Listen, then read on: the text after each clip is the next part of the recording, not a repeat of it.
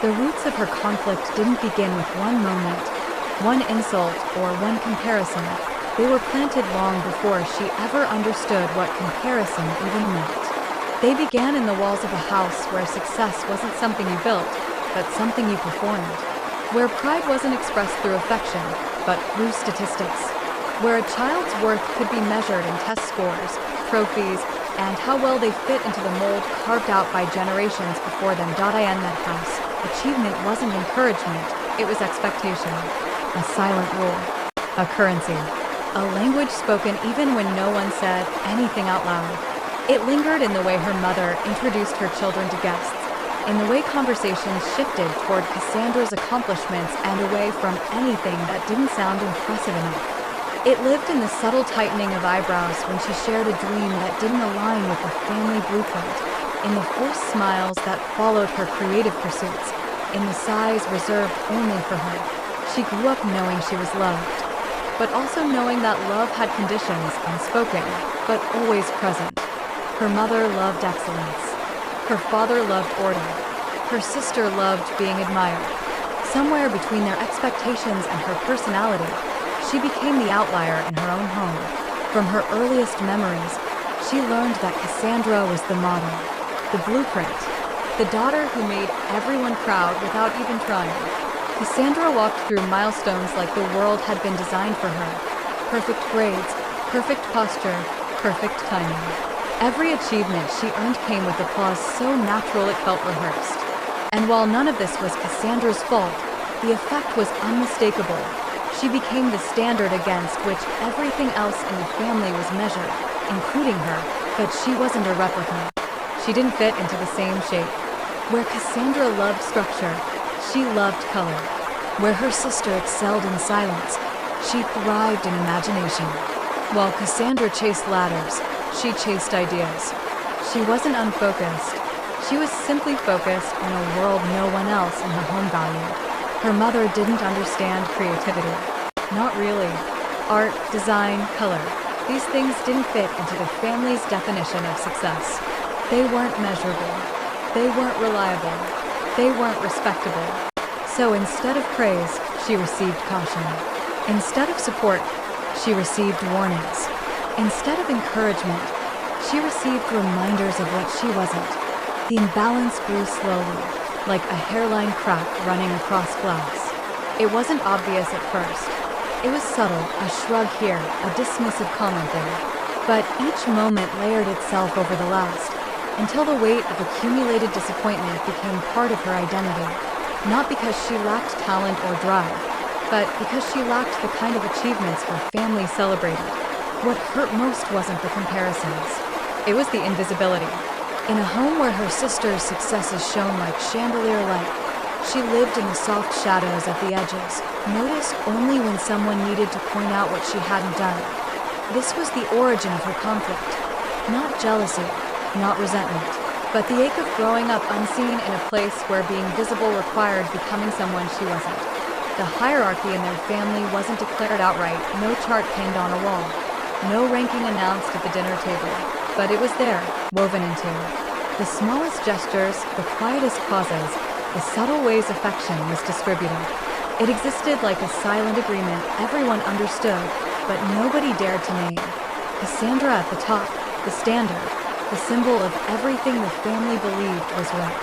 And beneath that, somewhere in the soft blur of almost, and not quite, stood the narrator. Cassandra's role crystallized early. She wasn't just the eldest. She was the embodiment of her mother's ideal. Organized, polished, predictable in all the ways that made adults feel comfortable. She excelled effortlessly, or at least appeared to. If she stumbled, no one noticed. If she hesitated, it was reinterpreted as thoughtfulness. Every choice she made, from the clubs she joined to the people she befriended, earned nods of approval. Her successes were displayed proudly, like a curated collection of proof that the family lineage was strong and thriving. Her mother adored that quality in Cassandra, the ability to fit into expectations without resistance.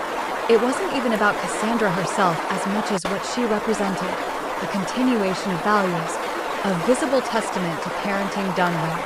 Cassandra became the reflection her mother wanted to show the world, the polished proof that she had raised a daughter others would admire, but where Cassandra shined. The narrator was treated like a dimmer version of something that could have been brighter if she just tried a little harder.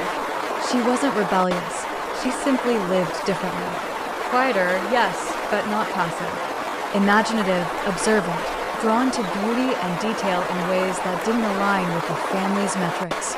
Yet the household had no vocabulary for creativity, only for achievement. So whenever she chose something they didn't understand, it was interpreted as choosing incorrectly. Her mother's disappointment was rarely loud. It showed up in raised eyebrows, in strange smiles, in the way her voice softened when she spoke to her soft, not with tenderness, but with caution, like she was handling something delicate and slightly disappointing. Her father offered quieter judgment, a sigh at the wrong moment, a clipped tone when she shared her goals, an unspoken plea hidden in his eyes urging her to follow a safer path. The contrast between the sisters grew wider as they aged, not because of open conflict, but because of the roles assigned to them without consent. Cassandra was praised for fitting perfectly. The narrator was pitted for not fitting at all. Cassandra never needed to compete. She had already won a race the narrator wasn't even running. And the narrator never tried to dethrone her. She simply wished to exist without comparison. But in a family where worth was measured side by side, even choosing not to compete looked like losing. This unspoken hierarchy shaped everything: conversations, expectations, even how love was distributed. Cassandra received admiration as a reward. The narrator received advice as correction. Cassandra's life was celebrated. The narrator's choices were scrutinized. One daughter was a standard, the other a question mark. And yet, in that contrast, in that gap between who she was and who she was expected to be, the narrator began to understand something her family never could. That fitting in and becoming fulfilled were rarely the same path. That sometimes the one who shines quietly shines deeper, even if no one notices at first. Thanksgiving had always been a performance in their family, a carefully staged display of harmony, tradition, and togetherness. The house would glow with warm lights, the table perfectly set, the food arranged as if it were competing in a silent contest for perfection. Outsiders loved the spectacle. Insiders knew the truth. Every detail was curated, not for comfort, but for approval. It was a holiday dressed as family, but stitched with competition. That year, though, felt different from the start. She walked into the dining room aware of her place before she even set her coat down. Cassandra was already at the table, surrounded by relatives leaning in to hear about her job promotion, her new car, the vacation she'd booked for winter. The applause around her was not loud, but steady, a hum of admiration that filled the room like static. Her mother hovered nearby, refilling glasses, glowing with pride as if every success her older daughter mentioned belonged to her as much as it did to Cassandra. The narrator took her seat without interruption. No one turned to greet her with that same enthusiastic warmth. A few polite nods, a few distracted "oh hi," and then eyes returned to the star of the evening. It wasn't hostility, it was absence. She wasn't ignored maliciously, she was simply optional. Dinner was served. Conversations danced across the table, weaving around promotions, travel plans, home renovations, and milestones other people deemed worthy. She ate quietly, offering small smiles, careful not to take up too much space or accidentally shift the spotlight. Then it happened. One relative, trying to be kind, complimented her apartment, the little updates she had been proudly working on for months. A new color palette, some refinished thrift furniture, artwork she'd created herself. It wasn't extravagant, but it was hers. She had poured pieces of herself into that space, planted beauty in a place she could afford. To her, it mattered, but before she could answer, her mother laughed. It wasn't a gentle laugh. It wasn't affectionate. It was sharp, loud enough that conversation paused, loud enough that everyone turned. There was something mocking in it, a disbelief that anyone would praise something she had touched. Repainting a rental, her mother said, waving a dismissive hand, isn't exactly an achievement. A few people chuckled politely, unsure whether to agree or stay silent. Cassandra smirked, not out of cruelty, but out of habit, the same smirk she had worn their entire childhood whenever the family emphasized the differences between them. Then, with a softness that stung more than shouting ever could, Cassandra said, "Well, what did you expect? She'll be broke forever if she keeps choosing projects over real jobs." For a moment, everything inside her went still. It wasn't the laughter or the insult. It was the casualness, the ease with which they dismissed her life, the certainty with which they predicted her future. They spoke as though her path was a joke, as though her hard work were a phase, as though she were destined for failure simply because she had chosen a life they didn't recognize as valuable. She didn't fight back. She didn't defend herself. She didn't explain the clients she'd gained, the projects she was proud of, the long nights she'd spent building something quietly strong. She just smiled. A small, calm, steady smile that looked like surrender to them, but felt like something entirely different to her. That smile was the fracture. The moment the old version of her life cracked just enough for something new to begin growing. And while everyone else at the table returned to their conversations, unaware that anything significant had happened, she sat there knowing with sudden clarity that the ground beneath her had shifted. Something inside her had ended, and something else, quiet, determined, unstoppable, had begun. The drive home after Thanksgiving felt different, not because the night had been worse than others, but because something inside her had stopped reacting the way it always had. The familiar swirl of hurt, humiliation, and frustration should have been rising, tightening her chest, replaying every cutting remark until it carved into her again. But instead, there was a strange, almost unsettling quiet in her mind. It wasn't numbness. It wasn't denial. It was clarity. Then it burst, like a thread of light slipping under a closed door. She drove with both hands on the wheel, eyes focused, breath steady. Her mother's laugh echoed faintly. Cassandra's smirk flickered like a flash of heat, but neither pierced her the way they used to. For the first time, their words didn't feel like truths she had to fight against. They felt small, fragile even, like opinions that had nothing left to anchor themselves to. When she pulled into her apartment complex, the building looked the same, a little worn, a little crowded, but familiar. She climbed the stairs, unlocked her door, and stepped into the quiet. Her living room greeted her with its usual clutter: scattered sketchbooks, half-finished designs, color swatches taped to the wall, plants leaning toward the window where the last trace of city light seeped in. This was her space, imperfect, evolving, alive in a way her mother's pristine home had never been. She stood in the center of the room, coat still on, keys in hand, and something shifted inside her with a final, quiet click. For years, she had absorbed every comment, every comparison, every sigh of disappointment.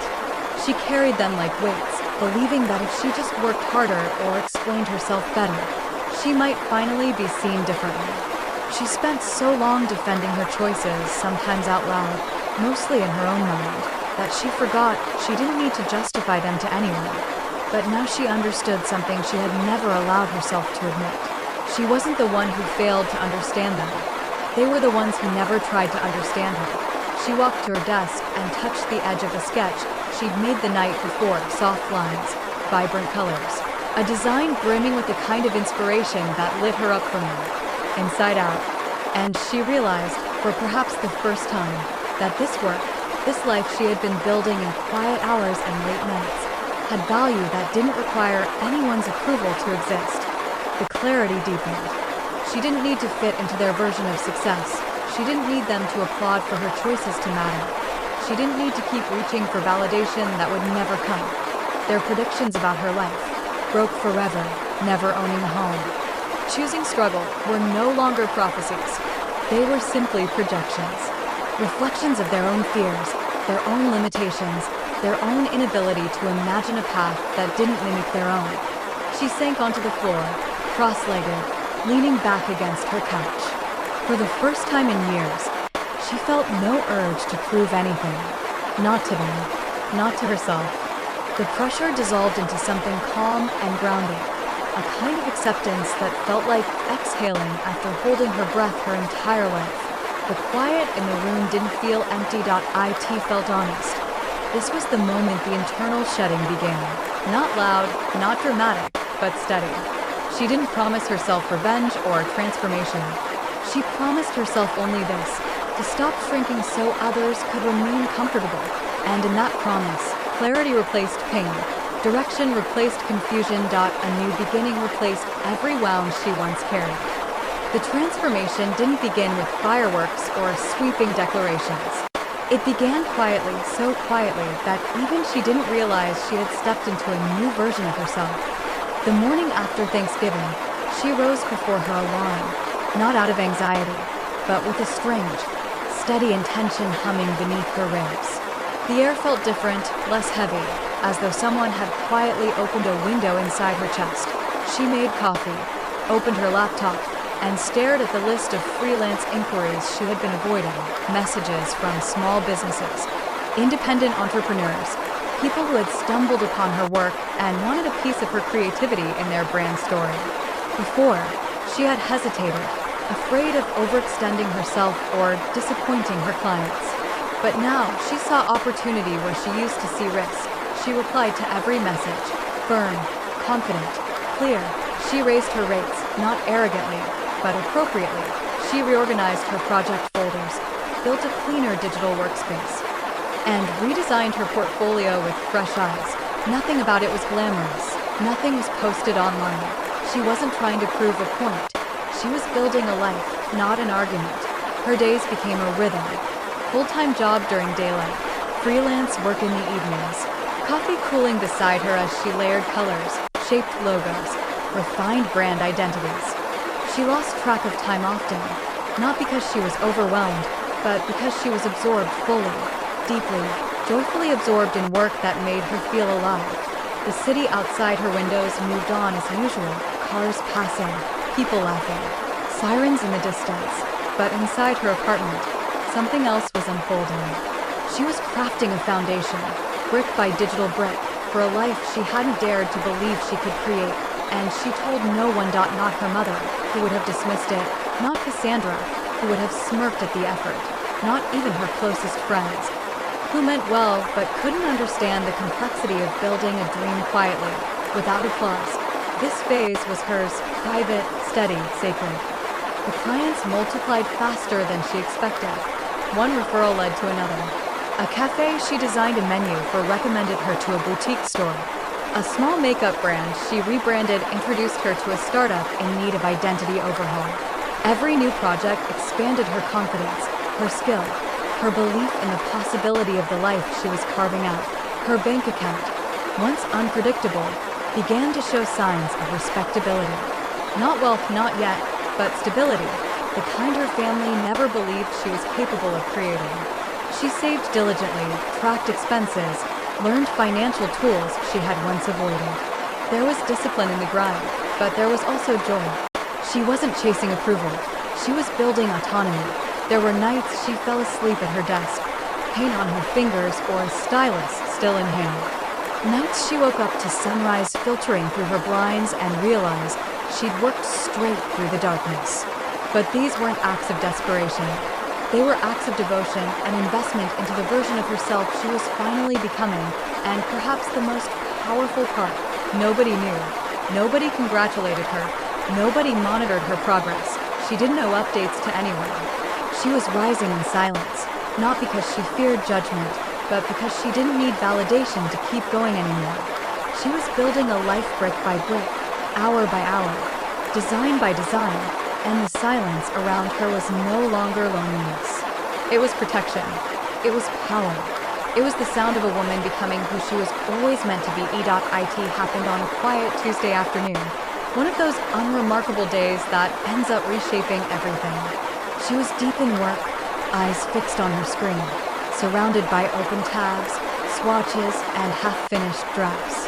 The hum of her laptop blended with the sound of distant traffic. It was the kind of day that disappears into a blur of focus, productive but ordinary.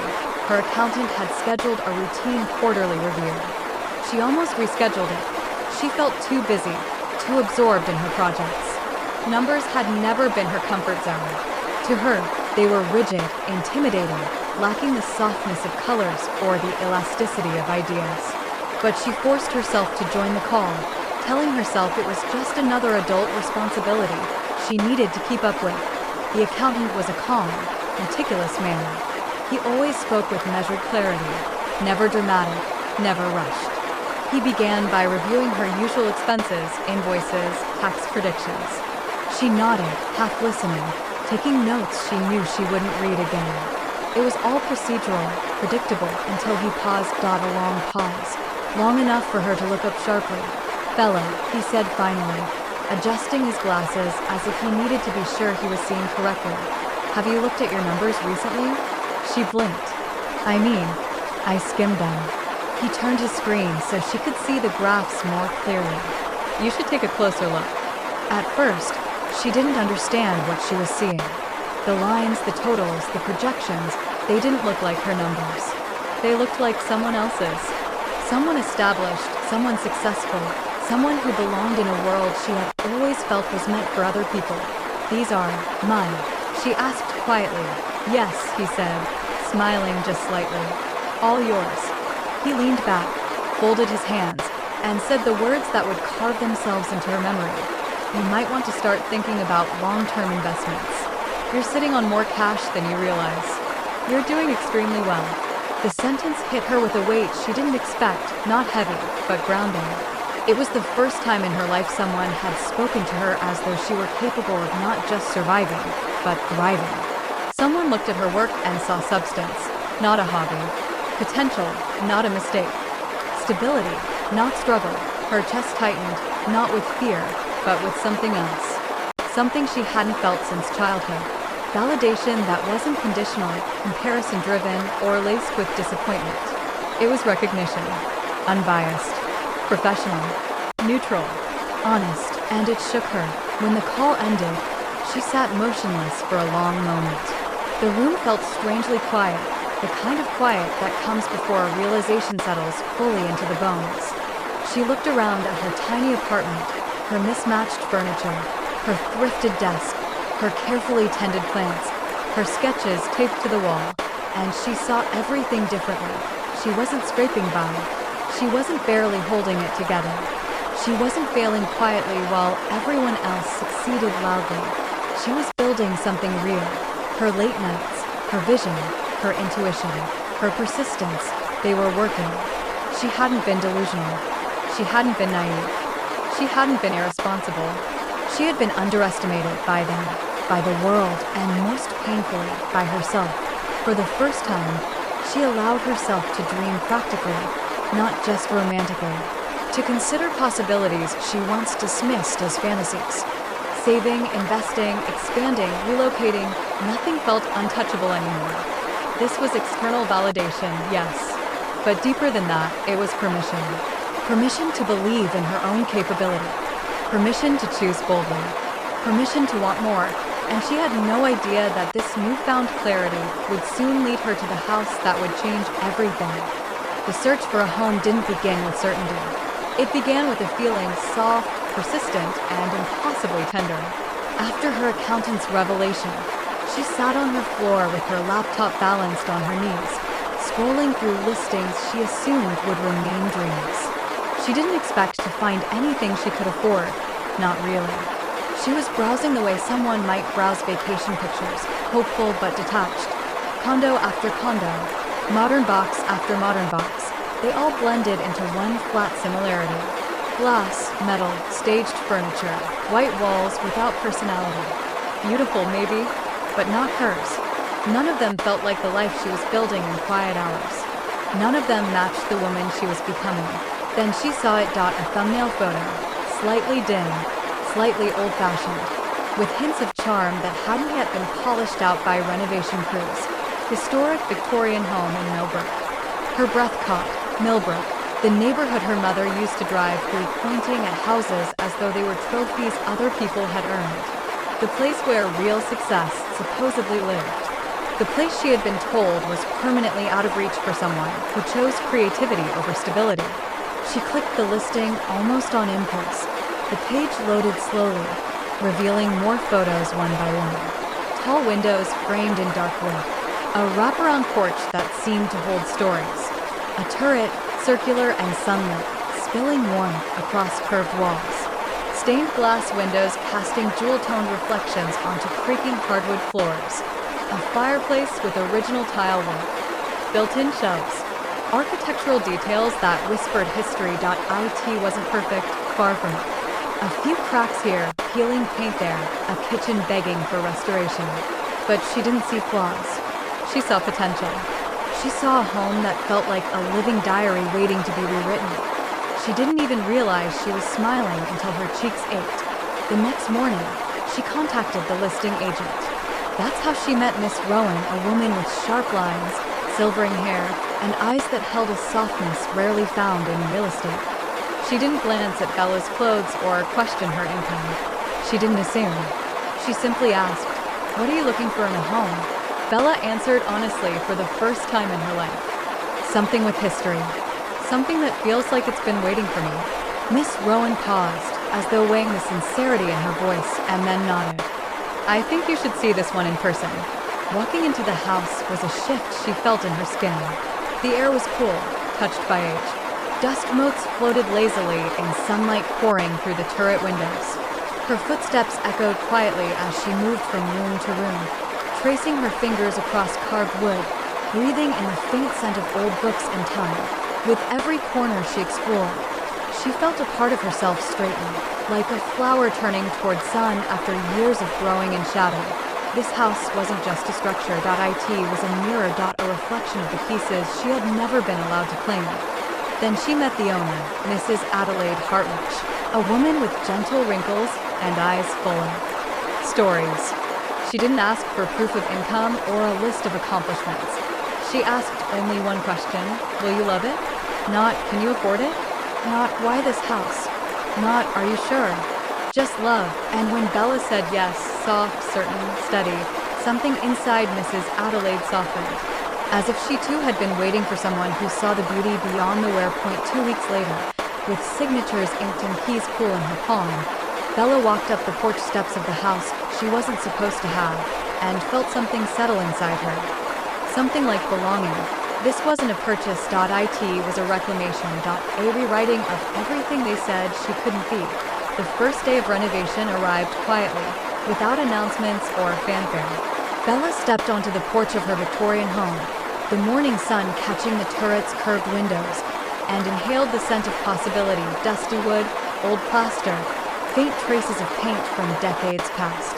Every surface held the echo of a life lived before her, and every imperfection felt like an invitation. She didn't feel intimidated. She felt ready. Renovation was never just about the physical labor.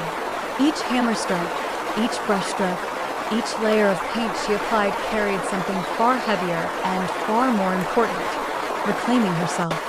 For years, her choices had been judged, her work belittled, her ambition dismissed. Now, in this house, every action was hers alone, a declaration in motion. She started with the floors. Sanding them down released the scent of old oak, and as the sawdust danced in the sunlight, she realized how long it had been since she had worked with her hands, in a space that belonged entirely to her. Every scraped knuckle, every careful stroke, reminded her of the countless late nights she had spent on creative projects that no one celebrated. This was different. This was visible. This was tangible. Progress wasn't theoretical. It existed in every beam she restored, every splinter she removed, every corner polished. Walls came next. A pale, muted cream stretched across the rooms, absorbing the sunlight rather than reflecting judgment. Each coat covered the wear of time and whispered of new beginnings. Bella chose colors with intention: soft blues and warm neutrals, hues that echoed her inner world, the one that had often been overshadowed by comparisons, critiques, and familial expectations. It was meditative, almost ritualistic, painting the spaces while the city outside carried on obliviously. She tackled the kitchen, stripping old cabinets and refinishing them herself. The task was meticulous, sometimes exhausting, but every brush dipped in varnish felt like a small act of ownership. As she aligned drawers and polished countertops, she realized she wasn't just restoring wood. She was reinforcing boundaries, constructing a space where her life could exist unjudged, uninterrupted, fully her own. Even the smallest tasks, the hinges she oiled, the tiny cracks she filled, felt profound. They reminded her that transformation often occurs quietly, piece by piece, and that permanence comes from consistency, not spectacle. She was learning patience, learning pride in creation that existed first and foremost for herself. Days bled into weeks. Morning light shifted across the turret, over walls she had personally touched. Dusk settled like memory, but so did a sense of calm, grounding, and self-acknowledgement. The house was becoming a home, yes, but it was also becoming a mirror of her growth, her resilience, her capacity to claim life without permission or approval.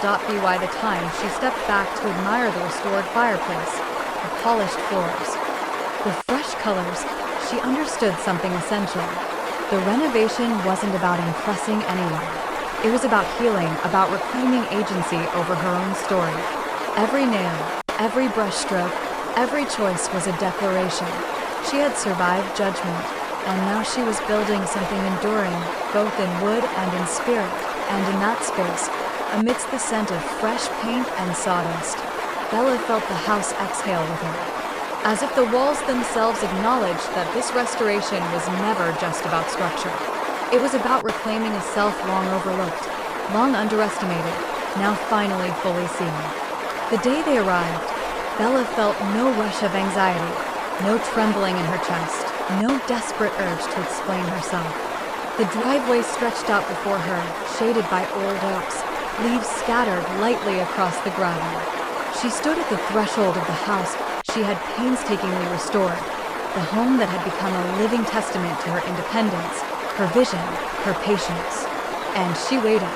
She saw the familiar car roll up, the same one that had once represented judgment and ridicule, now filled with echoes of disbelief. Her mother's voice came first, sharp, clipped, a command disguised as curiosity. "Bella, your sister said you've been telling people you bought a house. Is that true?" It was almost laughable. The accusation, so familiar in its tone, carried the same superiority and disbelief she had endured for years. But she didn't answer. She didn't falter. She simply watched. The car door opened. Cassandra stepped out, posture rigid, eyes scanning the home as if trying to understand how it could possibly belong to her, the one who would be broke forever. They approached the porch, their steps hurried, voices overlapping, a chaotic blend of entitlement and incredulity. It was the same dynamic she had known for decades. Judgment, superiority, expectation, all delivered as though they had ownership over her life. Only this time, something had changed. The power dynamic had shifted, subtly yet undeniably. She no longer felt small. She no longer needed to defend, justify, or explain. She only needed to exist fully, unapologetically, in the life she had created. Cassandra knocked first, quick and impatient. Bella didn't move. She didn't speak. She simply allowed them to feel the tension, the weight of boundaries that had finally been drawn and would not be crossed. Another knock, heavier this time. Still silence. Their attempts to provoke a reaction, to command compliance, fell flat against the calm certainty she had cultivated over months of silent work and deliberate creation. Her phone vibrated with messages, cascading one after another, calls, texts, notifications flashing insistently. Each one was a reminder of the years she had spent bending, shrinking, explaining herself to people who never truly saw her. Each ping amplified the absurdity of the situation.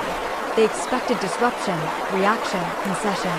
Instead, she stepped back, letting the shadows of the hallway swallow her silhouette, letting the quiet assertion of presence speak louder than words ever could.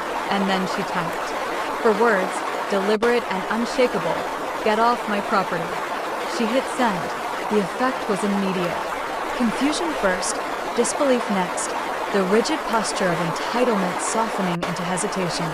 They looked at each other, then back at the house, at the woman who had been there all along, not arguing, not pleading, simply claiming what was hers. They didn't knock again. They didn't call again. They lingered a moment longer, perhaps trying to reconcile the impossibility of a life built silently, confidently, independently, then returned to their car, the gravel crunching under tires as they drove away. For the first time in her life, Bella felt the weight lift. Not vengeance, not triumph over them, just relief, release. A quiet, full, lasting acknowledgement that she no longer needed their approval to exist, to thrive, to claim her life. She was finally untouchable, fully herself, in a space she had made sacred. And as the driveway emptied and the house settled around her, she realized that this was the peak payoff. Not money, not recognition, not confrontation, but peace, solid and unshakable, earned by years of quiet, relentless work. The silence that followed their departure was unlike anything Bella had ever known. It wasn't the empty, heavy quiet of absence. It was the clearing of space, a pause filled with possibility rather than expectation. The gravel on the driveway still held the faint marks of tires, but it was no longer a battlefield. The voices that had haunted her for decades, the criticisms, the comparisons, the implied verdicts on her worth, had receded. For the first time, she could breathe in a space that was wholly hers. In the days that followed, the absence of their judgment was transformative. She no longer felt the itch to explain, justify, or diminish herself. Each morning, she woke with purpose instead of tension. The routines she once navigated with caution, checking emails before responding to imagined critiques, curating her social media to avoid criticism, tiptoeing around family expectations, were replaced by intention. She worked on her design projects with clarity, pursued clients who trusted her vision, and let her creative instincts lead without compromise. There was no audience, only the work itself and the satisfaction it brought. Then, slowly, the messages began to trickle in. Cassandra's first email was tentative, stripped of her usual air of superiority. She admitted that her lifelong need to perform, to project success and control, had left her hollow, and that seeing Bella thrive on her own terms forced her to confront her own insecurities. Bella read it carefully, noting the subtle shift from judgment to honesty. It wasn't a plea for reconciliation. It was recognition, raw and human, and for the first time, it felt possible to engage without fear. Her mother's message came next, shorter, shakier, a tremor of vulnerability hidden behind formal words. She confessed, in her own way, that the love she had tried to express through pressure had been heavy enough to push Bella away. No excuses, no justifications, just an attempt to acknowledge past mistakes. The honesty was almost alien, yet profoundly freeing. Bella didn't respond immediately. Healing, she knew, didn't move at the speed of fear or longing. It moved at the speed of boundaries firmly held and respect mutually recognized. During this period, Bella found herself reflecting more deeply than she ever had before. She considered the years of silence, of compromise, of internalized criticism. She recognized patterns in herself, how she had sought approval to validate existence, how she had tilted her ambitions toward other people's metrics instead of her own. And she recognized a crucial truth. Her worth had never been contingent on their validation. Her life, her home, her work, her growth, these were hers, fully, undeniably hers. Healing, she realized, wasn't a sprint toward reconciliation or revenge. It was a slow reclamation of self, a quiet cultivation of boundaries, a deliberate practice of presence and autonomy. She allowed herself to feel pride without guilt, satisfaction without fear of judgment, freedom without apology. The house, fully restored, reflected this transformation. Every wall, every window, every sunlit turret mirrored the life she had fought to build, beautiful not because others approved, but because she had nurtured it from the ground up. In these weeks, Bella discovered the lasting power of mature healing. It wasn't loud or dramatic. It was a daily practice of choosing herself, honoring her limits, and walking forward in a life she had carved from patience, courage, and quiet resolve.